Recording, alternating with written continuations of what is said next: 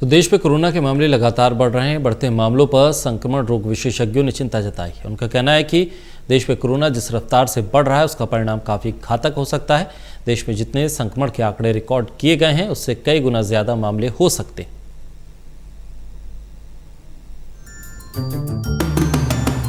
देश में संक्रमण के मामले तेजी से बढ़ते जा रहे हैं। देश में कोरोना तेजी से अपनी जड़ों को आगे बढ़ा रहा है। अगर आंकड़ों की बात करें तो संक्रमितों की संख्या 51 लाख के पार पहुंच चुकी है, जहां 24 घंटे में रोजाना 90,000 से ज्यादा मामले सामने आ रहे हैं। वहीं थोड़ी बहुत तसल्ली इस बात की भी है कि यहां इस वक्त मृत्यु दर 1.63% है, जो दुनिया के ज्यादा संक्रमण वाले कई देश से काफी कम है। रोजाना मामले बढ़ने की वजह एक ये भी है कि टेस्टिंग बढ़ा दी गई है।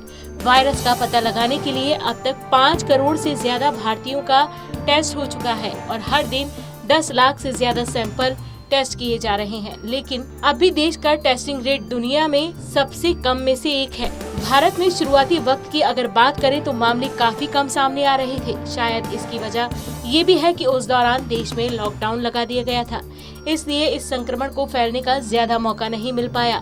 लेकिन अब मौजूदा वक्त की बात करें तो जिस तेजी से आंकड़े बढ़ रहे हैं उससे साफ जाहिर होता है कि कोरोना वायरस रोजाना तेजी से लोगों के अंदर घुस रहा है। पहले 10 लाख मामलों तक पहुंचने में भारत को 170 दिन लग रहे थे, जबकि आखिरी 10 लाख मामले महज 11 दिन में सामने आए।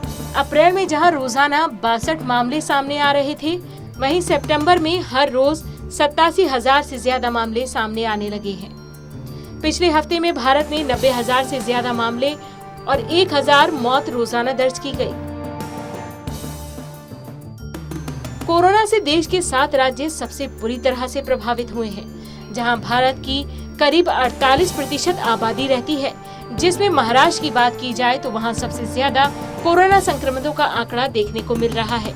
एक तरफ संक्रमण तेजी से बढ़ रहा है, वहीं इस बढ़ते संक्रमण के बीच जिंदगी भी पटरी पर लौट रही है, क्योंकि इस कोरोना काल में अगर लोगों की जानें गई हैं तो देश की अर्थव्यवस्था भी आखिरी सांसें ही ले रही है।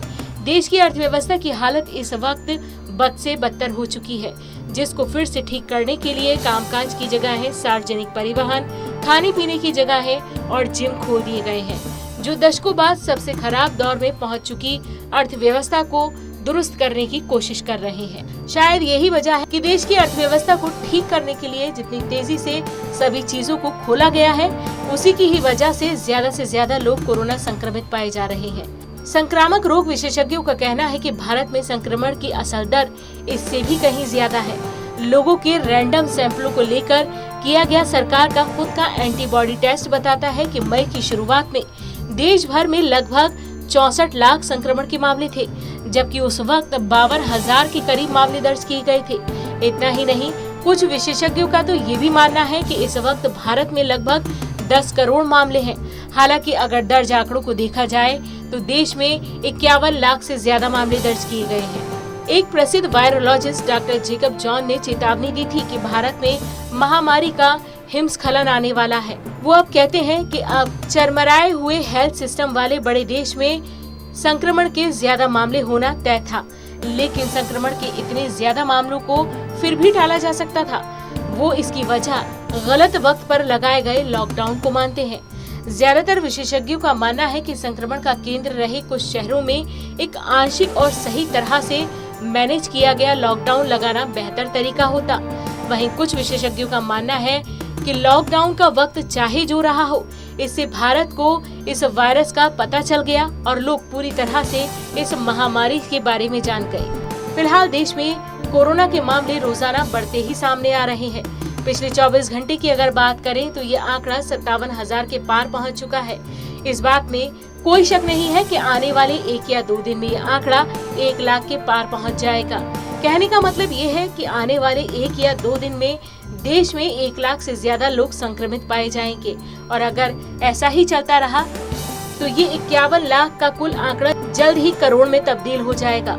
और अगर संक्रमितों का आंकड़ा बढ़ेगा तो लोगों को पूरी तरह से इलाज मिलने में ज्यादा से ज्यादा तकलीफों का सामना करना पड़ेगा, जिससे फिर देश में मृत्यु दर भी तेजी से बढ़ सकती है। क्योंकि जब इटली जैसे देश में जहां स्वास्थ्य व्यवस्थाएं वर्ल्ड में दूसरे नंबर पर आती हैं, वहाँ भी मरीजों को सही ट्रीटमेंट नहीं मिल पाया और शवों का ढेर लग गया। तो भारत में तो वैसे भी स्वास्थ्य सेवाओं की अब भी काफी कमी है।